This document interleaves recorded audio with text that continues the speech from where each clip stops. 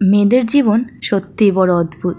এক পরিবারে জীবন শুরু হয় আর শেষ হয় অন্য পরিবারে। জীবনের মাঝখান থেকে আবার নতুন করে জীবন শুরু। সবাইকে বুঝতে বুঝতেই জীবন শেষ প্রান্তে এসে দাঁড়ায়। নিজেকে বোঝানোর সময়টাই হয় না। মেয়েদের শুধু রূপবতী, লক্ষ্মীবতী, গুণবতী হলেই হবে না।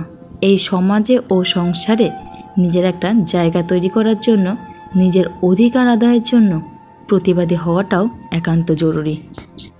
মেয়ে থেকে বউ হয়ে ওঠা সহজ কাজ নয়।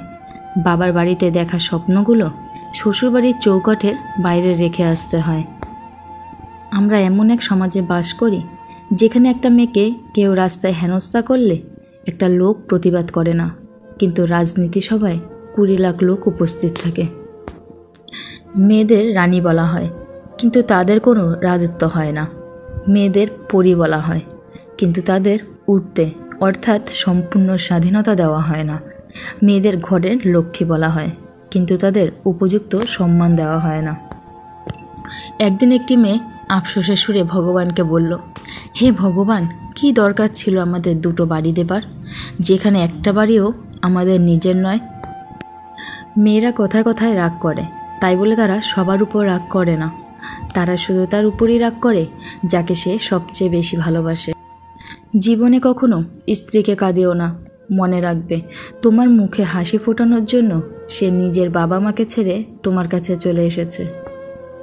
স্বামী স্ত্রীর সম্পর্ক হওয়া উচিত হাত ও চোখের মতো।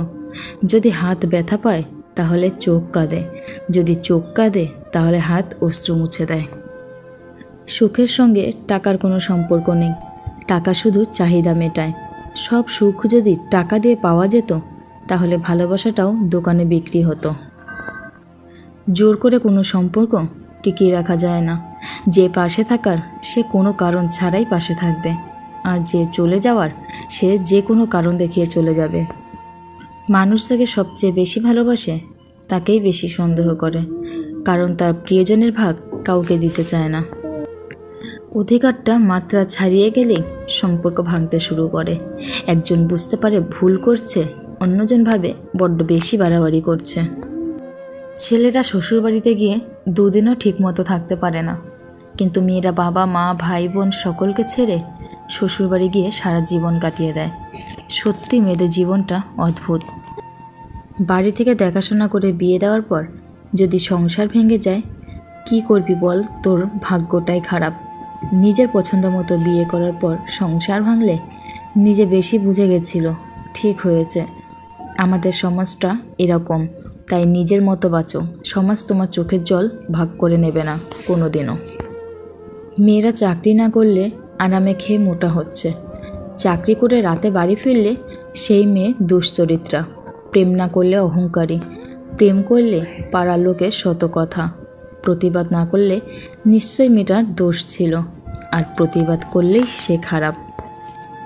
ভুলটাকে না ধরে রেখে যদি একটু শোধরানোর সুযোগ দেয়া যায়, তাহলে হয়তো একটা মানুষের পুরো জীবনটাই বদলে যেতে পারে।